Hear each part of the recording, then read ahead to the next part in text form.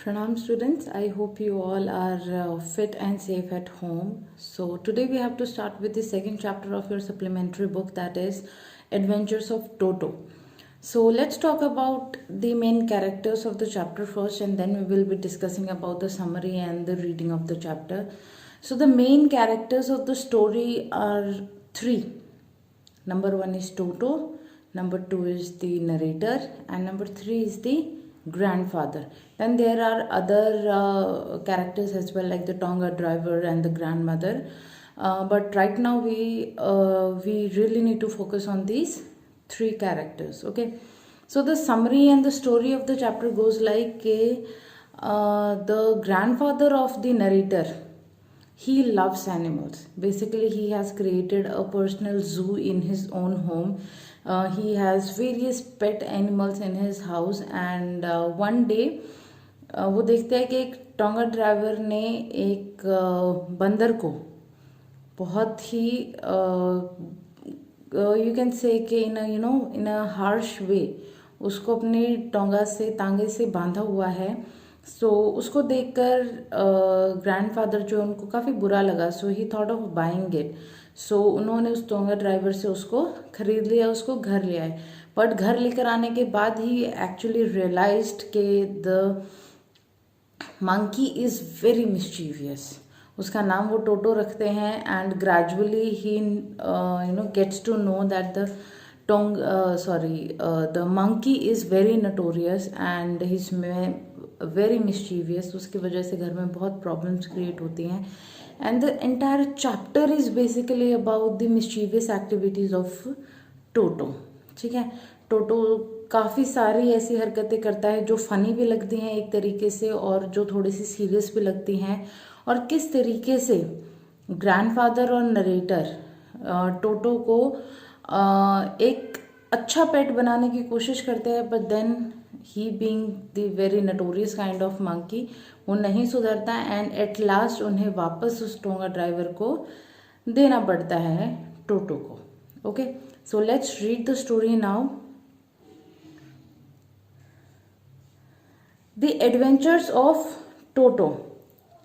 Grandfather bought Toto from a Tonga driver for the sum of 5 rupees. The Tonga driver used to keep the little red monkey tied to a feeding trough, and the monkey looked so out of place there that grandfather decided he would add the little fellow to his private zoo.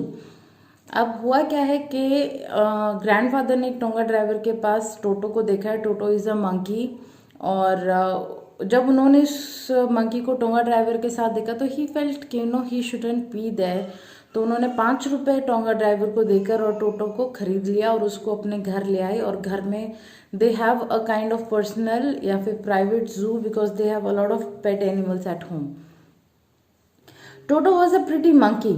His bright eyes sparkled with mischief beneath deep-set eyebrows, and his teeth, which were a pearly white, were very often displayed in a smile that frightened the life out of elderly Anglo-Indian ladies.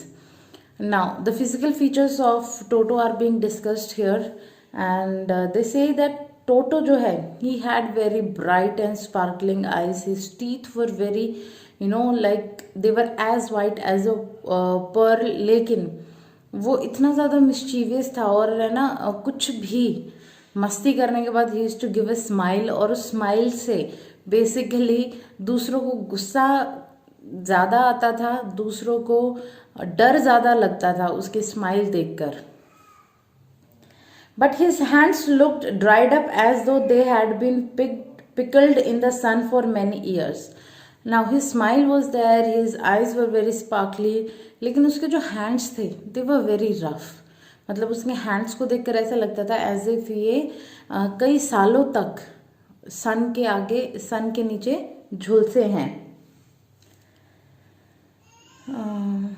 Yet his fingers were quick and wicked, and his tail, while adding to his good looks, grandfather believed a tail would add to anyone's good looks, also served as a third hand. He would use it to hang from a branch, and it was capable of scooping up any delicacy that might be out of his hands. Now see, बोलते उसके hands बेशक से rough थे but his fingers were like really quick, और कुछ भी गड़बड़ करनी होती तो उसकी फिंगर्स बहुत ज़्यादा उतावली रहती थी। Then there was a tail, और उसके ग्रैंडफादर का मानना था कि टेल किसी को भी लगा दो वो अच्छा ही लगेगा। सो यहाँ पर जो टोटो की टेल है that is being described as a third hand of Toto, क्योंकि टोटो का हाथ जहां तक नहीं पहुंचता था उसकी पूंछ वहां तक जरूर पहुंच जाती थी। So the tail of the Toto is being described as his third hand.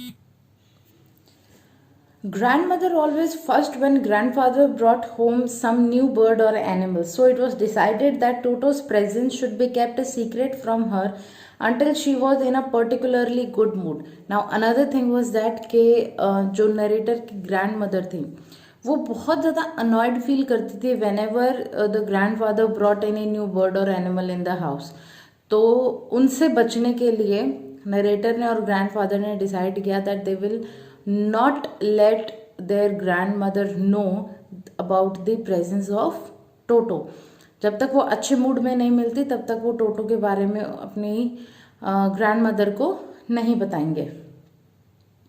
Grandfather and I put him away in a little closet opening into my bedroom wall, where he was tied securely, so we thought, to a peg fastened into the wall. अब उन्होंने क्या किया, उसको narrator के room में लेके गए और उसको अलमारी के पास एक खूंटी थी, उस खूंटी से बहुत सिक्योरली, उनको ऐसा लगा था कि सिक्योरली टाइड अप है, और उसको वहां पर उन्होंने बांध दिया।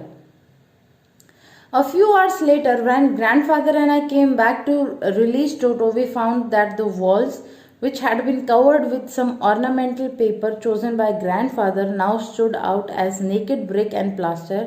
The peg in the wall had been wrenched from its socket, and my school blazer, which had been hanging there, was in shreds.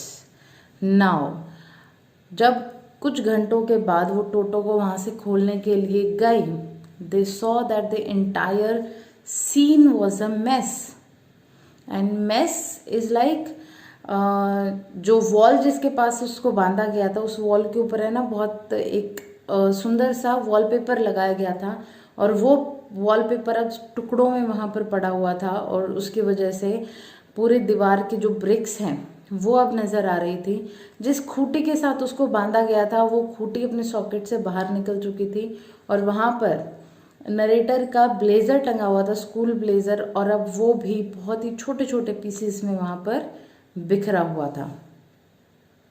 I wondered what grandmother would say, but grandfather didn't worry. He seemed pleased with Toto's performance. और जो first thought narrator के दिमाग में आया that was कि अब grandmother क्या कहेंगी, लेकिन दूसरी तरफ the reaction of his grandfather was totally different from his, because grandfather जो थे वो काफ़ी प्लीज्ड थे विद टोटोज परफॉर्मेंस। ये अभी सिर्फ स्टार्टिंग में प्लीज्ड हैं वो टोटो की परफॉर्मेंस से, आगे आगे जब वो जाएं देखेंगे कि जो मिस्चीवियस नेचर है टोटो का that is bringing a lot of problems in the house, then he will actually realize कि ये जो मिस्चीवियस नेचर है टोटो का it is not very healthy for a family environment. He's clever, said grandfather. Given time, I'm sure he could have tied the torn pieces of your blazer into a rope and made his escape from the window. अब उसके जो grandfather है वो बोलते हैं कि अगर इसको थोड़ा और टाइम दिया होता ना तो शायद इसने जो तुम्हारा ब्लेजर टुकड़ों में फाड़ा है उसको एक रस्सी बनाकर और ये शायद खिड़की से भागने में भी कामयाब हो जाता। His presence in the house still a secret, Toto was now transferred to a big cage in servants' quarter, where a number of grandfather's pets lived very sociably together. अब उसको वहां से निकालकर एक पिंजरे में डालकर और उसको घर के पीछे जो सर्वेंट क्वार्टर्स है वहां पर ले जाया गया, जहां पर ग्रैंडफादर के और भी बहुत सारे पेट्स बहुत ही अच्छे तरीके से रहते थे। A tortoise, a pair of rabbits, a tame squirrel, and for a while my pet goat. अब ही टेलिंग के वहां पर कौन कौन थे, वहां पर एक टॉर्टोइस था, वहां पर 2 रैबिट्स थे, वहां पर स्क्वेरल थी, वहां पर गोट भी थी। But the monkey wouldn't allow any of his companions to sleep at night, so grandfather had who had to leave Dehradun next day to collect his pension in Saharanpur, decided to take him along. अब उसको पिंजरे में डालकर servant quarters में जहाँ पर और animals थे वहाँ पर भेज तो दिया, लेकिन अब उसने पूरी रात वहाँ पर और जितने पेट एनिमल्स थे किसी को नहीं सोने दिया. और ग्रैंडफादर को अगले दिन जाना था देहरादून, सहारनपुर, वहाँ से उनको अपनी पेंशन लेके आनी थी. एंड ही न्यू कि अगर वो भी चले गए तो ऑब्वियसली टोटो वहाँ पर किसी को जीने नहीं देगा. सो ही डिसाइडेड कि वो टोटो को अपने साथ देहरादून लेकर जाएंगे.